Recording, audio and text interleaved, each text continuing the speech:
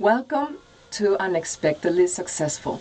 Join us to hear the raw and genuine stories of women founders who have created their own pathways to possibilities.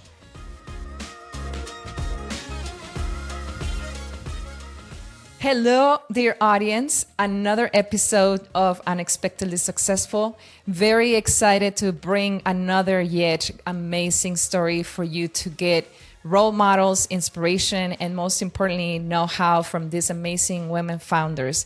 Today, I have the honor and privilege to have Rosey Natividad, CEO and founder of Incite Network. And I'm going to brag about Incite Network just a little bit. Incite Network is in the business of grant writing. If you know anything about grant writing, they have a conversion rate of 60 to 70% success in their grants compared to 35 to 40% in industry average. Incite Network has a team of 18 members, which are superpower. And at any given point, they're paired with 10 or 15 partners in industry to complete the work that needs to be done. And they have about 100 plus people in their network of experts that they can pull in as needed. So that's amazing on its own.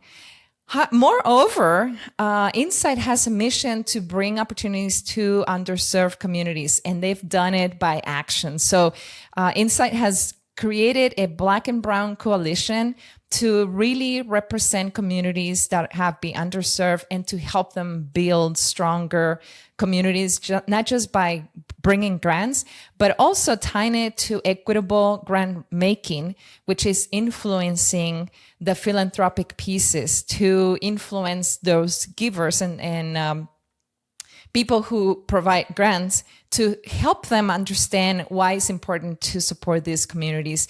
And the results talk for themselves. Incite Network has about $250 million in successful awarded communities. And as I said before, this is not only just any communities, but the communities that are in need of these funds. And sometimes they are the first time that they get an award, not only their community, but the state as a whole. So I'm totally excited about talking to Rosey, and Rosey is a super powerhouse and she's a visionary. And I'm so excited to introduce you to her and hear her story. Rosey, welcome. Thank you so much for having me. I'm so excited to be here, truly. Rosey, tell me, how did you feel just listening to all the bragging rights you have through the accomplishments of Incite? All I could think about really was my team. I think about all the people that have supported, and I think about all the partners that have said yes to us and that have believed in us. That's awesome. Thank you, team. Thank you for the work that you do. Before we go further into the business component, please share, what does it mean to be Rosey for you, Rosey? Well, I think when I hear that question, the first thing that comes to mind is being a mom. Being a mom who's very proud of coming from the borderland. I'm a product of raised all the leaders, family members from El Paso, Texas, from Las Cruces, New Mexico, and our dear sister city, Juarez. So to be Rosey really is to be a mom and a wife and a daughter. I really don't think about work too much first. So you can probably see that as we talk, you're going to hear a lot of the family values that I integrate into Incite. They are my inspiration. I love that, Rosey. So tell us a little bit about who family is for you. And so I have two little ones. I've got an 11-year-old and a 3-year-old. I've got a wonderful husband who has supported me from day one throughout my efforts to grow Incite. And extended family, immediate family that's nearby. My mom, my dad, they have deep roots to the region as well, coming from Segundo Barrio, owning a meat market there and understanding community from that perspective, to a mom that grew up in the Burgess area, Silla Vista area, and has roots in California. And so I'm third generation and just so happy that they chose El Paso as home. So for the audience, Rosey, can you tell us a little bit about the Segundo Barrio in El Paso so we give some context to that? Yes. Well, the Segundo Barrio is in the downtown area, and it translates to Second Ward. So there is a another neighborhood just south, the Primero Barrio, and they are almost like sister communities. And there's a lot of history, a lot of community that happened there. It's one of the older neighborhoods in the region. Also tends to be a lot of tension there around redevelopment and growth. And there's a lot of community resources, some beautiful murals, artwork, leadership. That's what I think when I think of Segundo Barrio. In that note, can you please share with us defining moments or experiences for you as a person that ultimately led to you becoming a business founder?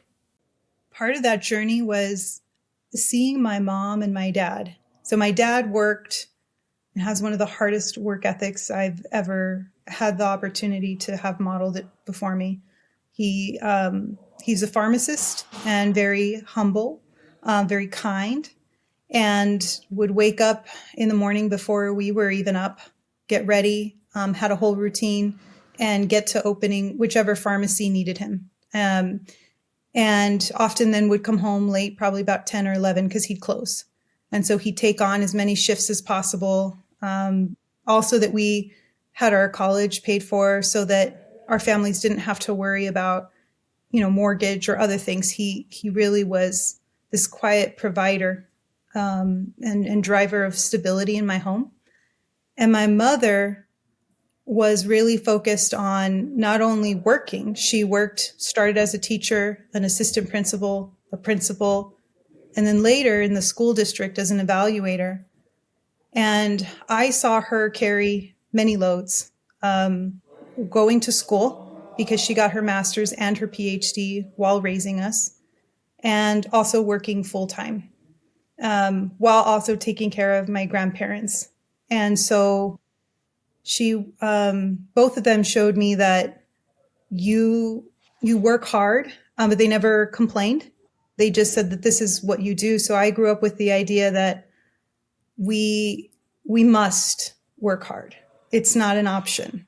And it never felt like a burden. It felt more like what you do for community, because they both were serving community.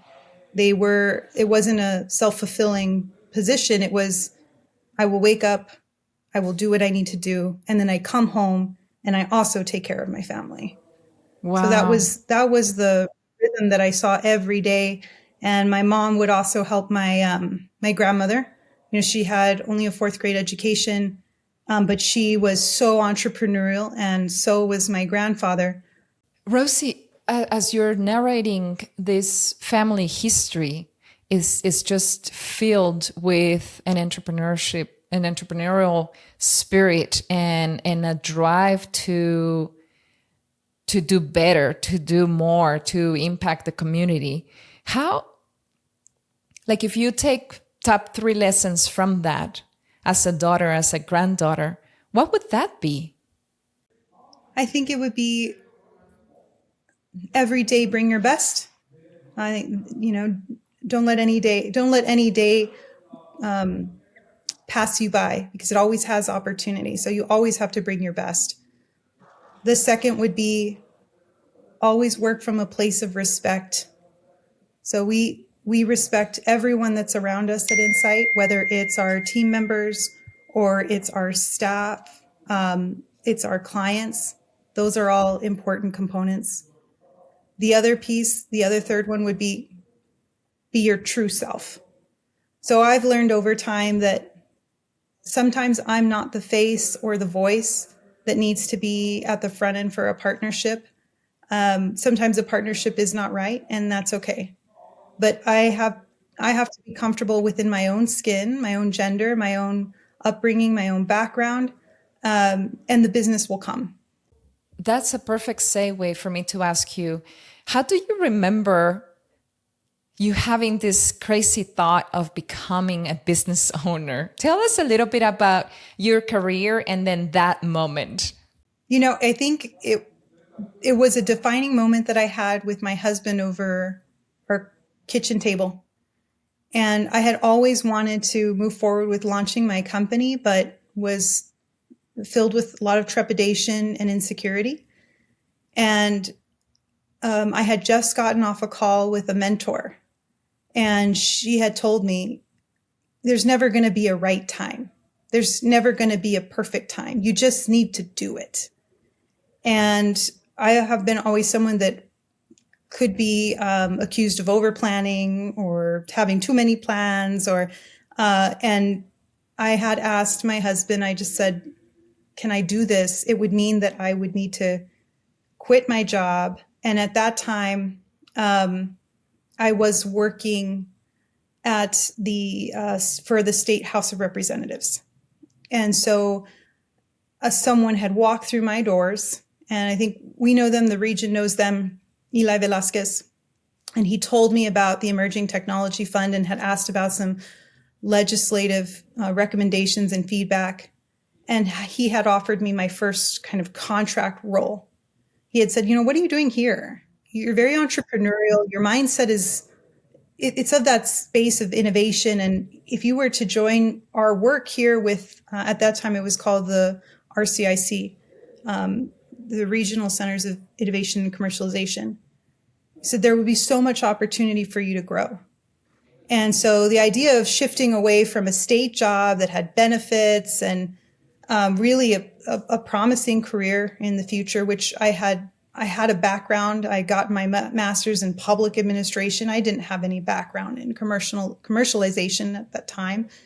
Was a huge shift, but I had an opportunity, and I had my family behind me supporting me. And it was more of a why don't you instead of, why I couldn't. I mean, that question is so powerful. Why don't you?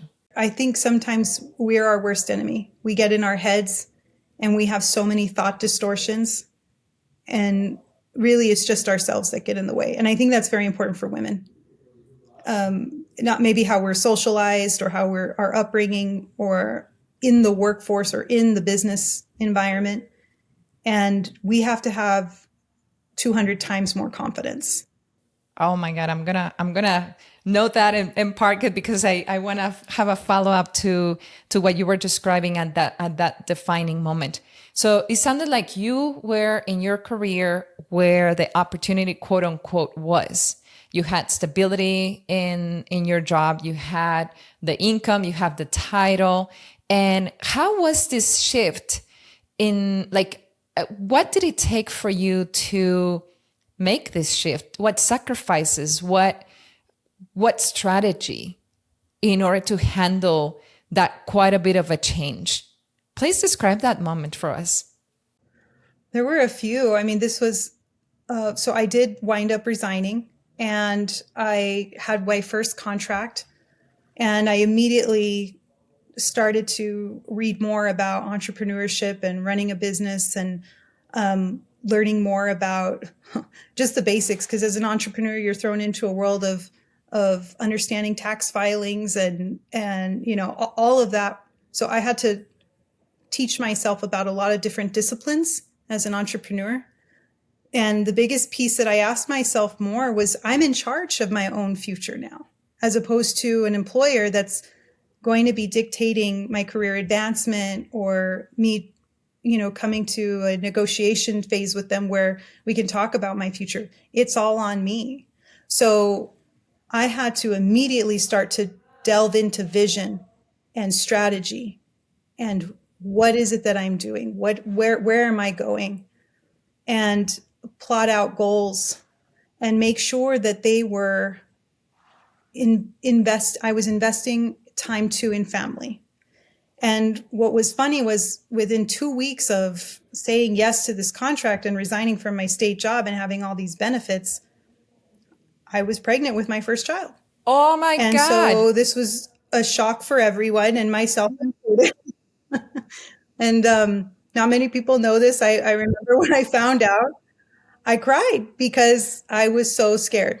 I didn't have the financial security. My husband was a teacher. So now we're, potentially on one stable income, and we're going to now have start a family. And so we were newlywed, 6 months married. And here we find out, now I have a new relationship with my husband that we've got to develop. Now I'm going to have a baby. I have to take care of myself, and I can't go the full force that I wanted to at work. And it was a very, very scary time. And I will say that I had two amazing men in my life. And of course, that was my husband, who the first thing he said, he's like, please don't cry. I don't want this to be the memory of how we found out we were pregnant. He's like, we should be happy. Everything will be great, Wow. Wow. and just going back to have confidence in yourself, right? Know that good things will come. And then the other partner was my partner at work. And he was extremely supportive. And I am very, very blessed that he was in that place in my career, to help me and say, like, this is not a barrier. You becoming pregnant, you growing your family, how wonderful. This is a blessing. And I'm so glad that this is happening for you, and that I'm going to be a part of that, part of your life from a professional perspective. And so it changed all my mentality about the pregnancy, and about pregnancy and entrepreneurship as a woman. Oh my God.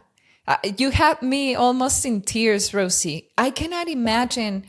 I mean, I can imagine being in that moment where overwhelm and nervousness and uncertainty, yet with this blessing of expecting your first child and those conflicting emotions.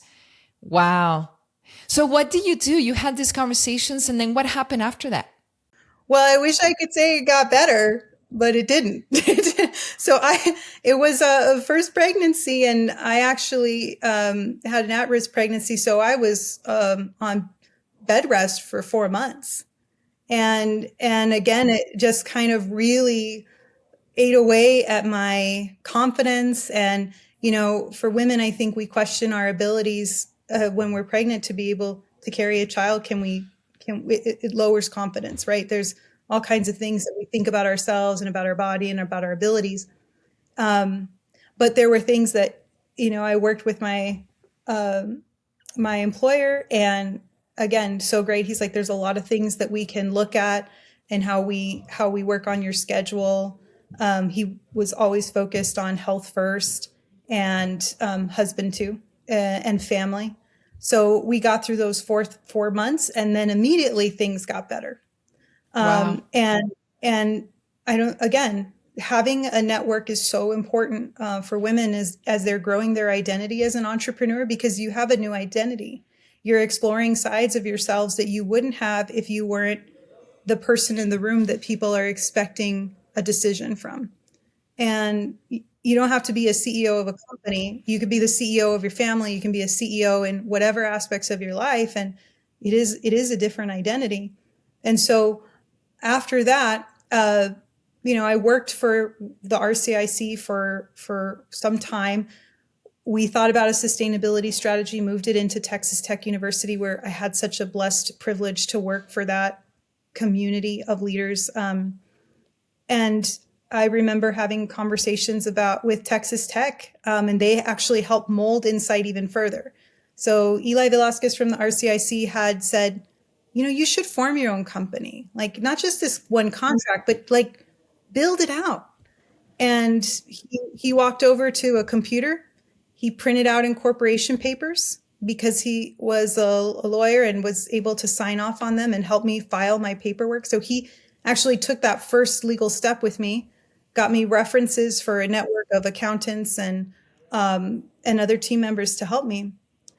But I just wasn't ready yet, Griselda. And I took a job with Texas Tech, and returned back to the place of work there. As a staff, as an employee? As an employee, I worked first in their foundation, grants and foundations office. Mm-hmm. And I'm so glad I did, because I was one of the only grant writers. This is a new university. It's establishing itself. And at that time, I remember I asked the university if I could have my side work. It was Aspire Grants before it was Incite Network. And they said, absolutely, except wow, you can't compete with us. So you can't do anything that would compete, any grant out there. You can't go after it too. That was the agreement. And I was like, well, what does the entire system, Texas Tech system, not want to go after? What are they not interested in? And so I had to mitigate conflict. And as a result, I wound up going all the way to DC and focus on one of my favorite passions, which was civic engagement for Latino millennials. Wow. And so that wasn't an area that Texas Tech was focused on. And that became one of my first contracts. Started working with Voto Latino, who was making huge changes in how you approach voter engagement for Latino households. Because at that time, people were talking to the parents, they weren't talking to the millennials. And so changing all types of PSAs and ways that you do get out the vote activities, leveraging celebrities and famous voices. And it was just the type of innovation I wanted to be exposed to. But again, just wasn't ready. I had my little one, he was growing, and went into, eventually got a promotion into the commercialization office. And then after that, we really started to focus more on where we wanted to be as a university. Through your company or through your job? But also about the job too. So I had to help mold the commercialization office at the El Paso campus because it was brand new. And I was still very tied to this idea of my company and where I was going. And so the journey continued, and I'll tell you, Griselda, I've had many jobs. So Rosey, how many years went from you starting your own contract to finding out you were pregnant, to going back to employment, to then saying, this is it, I'm going to take the plunge into the cold waters and I'm going to stick to it and go forward? It's about 4 years. I mean, you had already tested the waters and it was scary and it was this moment of stress. You were being successful once again as an employee. What caused for you to say, I am doing this business ownership thing full time now. I'm committed. I'm going forward. Why not staying in that comfortable place of employment that was promising? I think it was definitely, I fell in love with Incite just as much as I had fallen in love with my family. And it just feels like there's devotion, there's dedication, there's love. And I truly fell in love with the partners that I was working with, the missions, the work that they were doing. I would fly to DC every quarter and I would see the teams working, and I didn't want it to be every quarter. I wanted it to be every day. And I remember tendering my resignation to the university, and they smiled and they said, how long do we have? And I said, we have 3 months. We have 3 months. We're going to do this right. And they said they knew. They felt it and they knew. And they were so excited for me. They were so supportive. It was a beautiful and gracious exit. Wow. So it was a fire within you that you could just not hold anymore. How beautiful is that? Oh my God, that's inspirational. So at that moment, Rosey, what were your dreams of you as a businesswoman, as the CEO and founder of Incite? What did you think of Incite being? Well, first, I just wanted to make sure I could pay the bills. I mean, that was the first thing that I needed to make sure. I wanted to make sure that I didn't leave, because at that point I was at a director level in the university. And again, we had benefits. We were well taken care of. And so I wanted to maintain cash flow. And so that's what I focused on, just those bare essentials. And I went through many dreams. The first was to become the U.S. Mexico, the backbone for the U.S., the fund development backbone for U.S.-Mexico border.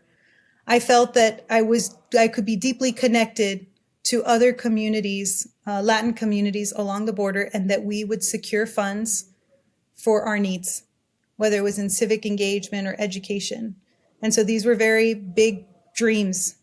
And we started that way, but I couldn't do it alone. I was very frustrated. I remember going to local resources like the Hub of Human Innovation and sitting down with the executive director at the time and saying, I'm just so frustrated. And they said, you need a partner. You need a partner. You can't do this alone. This isn't a sole proprietor thing that you want to do. Your dreams are too big. And I went and I looked for a partner, and I found a wonderful one. And it it just grew after that. Then we hired staff. Then we started to grow in our tax bases, and then we started to grow in our client bases. And next thing I know, we're moving from nonprofit to city level clients, and then from city to county, and then to state, and then to national. And it Wow. just kept going. And that's why when you say, do I have a founder story? I feel like we have many founder stories because Yes. Incite's constantly evolving, and there's pivotal moments where we say we're changing, we have to change. And it goes back to my connection with community and my family. We had to rise to the occasion. We had to do what we needed to do for community. It wasn't really a can we, it's a must, we must. So how long have you been in business? 2015. So eight full-time years as a business owner. Yes. That's exciting. Absolutely. So, Rosey, you've touched upon a few items, but I'm going to ask you specifically, what is your why for this business? Why is it that you don't give up? You mentioned it's not an option, and that fire burning to continue to do Incite. What is it? There's the fundamental drivers of who I am, which is I must continue. There's that must, right? From my family. It says we get up every morning, we do this, we do it for family, we do it for community. But my community has extended beyond El Paso and Las Cruces and Juarez now. It is the nation. And I have realized that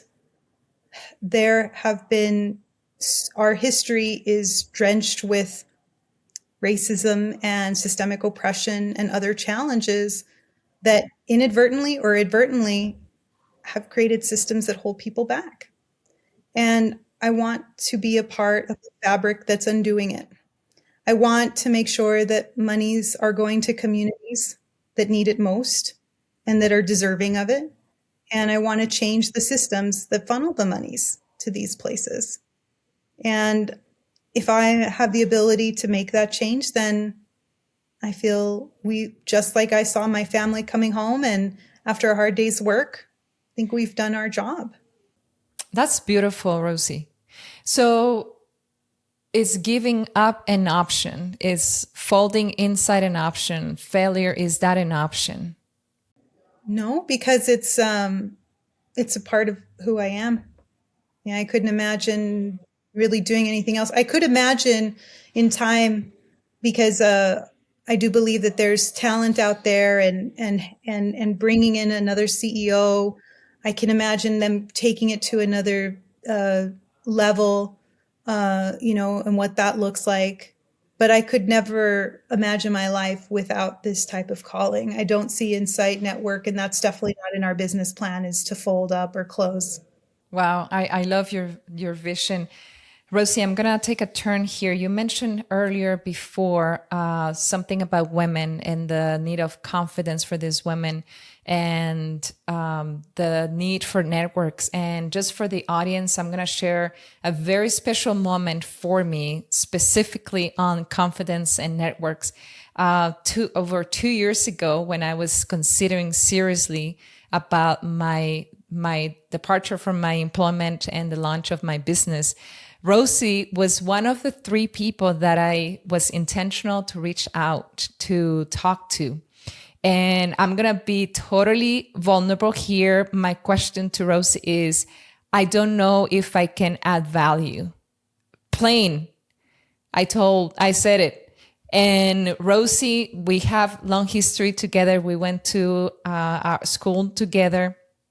We had the opportunity to collaborate in other initiatives. And she said, Griselda, your work adds value. And it's so simple, but it was so powerful. I remember just like not being able to hold my tears with that encouragement, with that moment of like validation, like you can do it and I know you will be fine. And so publicly in this podcast, I want to thank you, Rosey, because you were part of that pivotal moment in my life, not only for my business, for my family, for everything you've mentioned before, as we all know. And I just want to thank you because I believe that through your work, that's another byproduct of the work you do to help women like me, like you, the people that you talk to, just get inspired and get ready for what is to come. Because as you said before, the potential is within us, right? And anything that we dream, we can do. So thank you so much. Okay, so in the women's rim, what has been key to your success? You've mentioned your family as your husband and your extended family. You also mentioned your mentor and person who was there through the thick of it, supporting you. How do you recommend women who may not have access to those networks, who may not have access to that one person who's going to stay with them through this journey to go about that barrier? For those that are disconnected, it's much harder. In the first place, you have to turn for reliance is yourself. There's nothing more powerful than self-reliance. And I remember sitting down and writing a mission statement and writing my core values and promising myself that I would uphold these pieces and truly getting to know myself, my weaknesses, my shortcomings, and parts of me that I wanted to grow. And so understanding who you really are first is very important. There are networks out there. I think even listening and reaching out to you, listening to this podcast is important. Self-education. That's what my grandmother did. She didn't have the access to resource. She didn't have the money. She didn't even have the language when she first came. And she taught herself and she created beauty. And that from sewing to typing to floral arrangements, she created her own beauty. My grandfather did too. He didn't have a formal education. He was self-taught. He demonstrated his passion to a point where you cannot ignore it. So once you've identified what you believe in, what you want, and you are ready to put yourself to work to that mission, it will come to you. People will notice you. And I love how you consciously, intentionally build purpose, intensity, and pride in the mission of Incite. Question on that. When did you become this clear about what you saw in Incite with these three top core values? The values that we've created were created by team members. And so it's a part and a process of how we integrate new team members in. So there have been different values that have come, like, for example, during 2019 and the August 3rd shooting. One of the values that we put up after our own conversations internally was trust your struggle. And it was our effort to speak to our community to say, yes, we've struggled, we've lost, but there is a tomorrow, and we have to trust where this pathway is leading us. And so, we are defined by the moment and what the moment is calling us to do. And those values just ring true for who we are and who the staff and our players are, our partners. And so, for us, we're constantly checking ourselves against our values whenever we make decisions. But as far as moments, those are the types of milestones that shape who we are, and not just shape, but shake us. Because that's the point of Incite, is you stir up emotion, you evoke an awakening. And we've had many awakenings. I mean, during the pandemic, many of my colleagues had to close their doors, and not Incite. We chose to let go of all our physical property, invest in our staff, and promise them we would take care of them throughout the pandemic. And then we started issuing bonuses every quarter because we wanted to ensure they felt safe. Wow. In the context of trust the struggle, Rosey, share with us one of the biggest fearful moments for you as a business owner. I think taking on national movements was not a place of concern or insecurity as much as we really focused in on planning and leaning in on all our strengths and acknowledging and saying, we can't do this, but we can do that. And during the pandemic, we felt like we weren't in a place where we could say no. We had the opportunity to lead on multi-million-dollar vaccine initiatives across 12, 13 states, and we took it. Wow. Okay, so going back to how you define yourself as a mom, what would you tell other business women or aspiring entrepreneurs who are moms or who are in that moment of like, what am I going to do about entrepreneurship? What are you most thankful about? And you mentioned this in a couple of instances, but tell us about your mom entrepreneur. Well, I would tell other mom entrepreneurs that they definitely can do this. I mean, they already have all of the skill sets that being a mom brings upon you, right? Caring for others, thinking about others, and planning ahead and multitasking. I mean, there's a lot that goes with it. And not just a mom in the sense of the biological sense, but we all have people in our family that we take care of. We all have others that we mother. And you are set up for success on that foundational level. And I will say, never look at your children or your family. If you are a mom or a spouse, those are your roles. Don't look at them as a distraction or as a deterrent or as an impediment. Always look at them as a balancing force to maintain a sense of humanity and connectivity. Is this balancing force has always been the constant for you, or do you have to learn to see family and children and those responsibilities, which are blessings, but sometimes as career-driven women are like, oh my God, I just need time to do more work. What was your process in that specific item? Well, one, I built Incite for people who care about self-care and for family. So you look at the way we calendar, you look at the way we take time off, you look at the way we connect with each other, and it is a very different organization internally. So our whole family, our whole Incite approach to employment is built around lifestyle design. And that's a very different workplace than everywhere else, because I said, if I'm going to place family first, I want my staff to be able to say that too. So we respect things as far as people getting off at a certain time, certain private time for family, for rejuvenation. As far as balancing, as I get older, and this being my second act, from my 20s to 40s is a different place of where I was as a woman and as a CEO. And now in this place, I definitely want more family time. So I'm even more clear and focused on what I want Incite to be doing.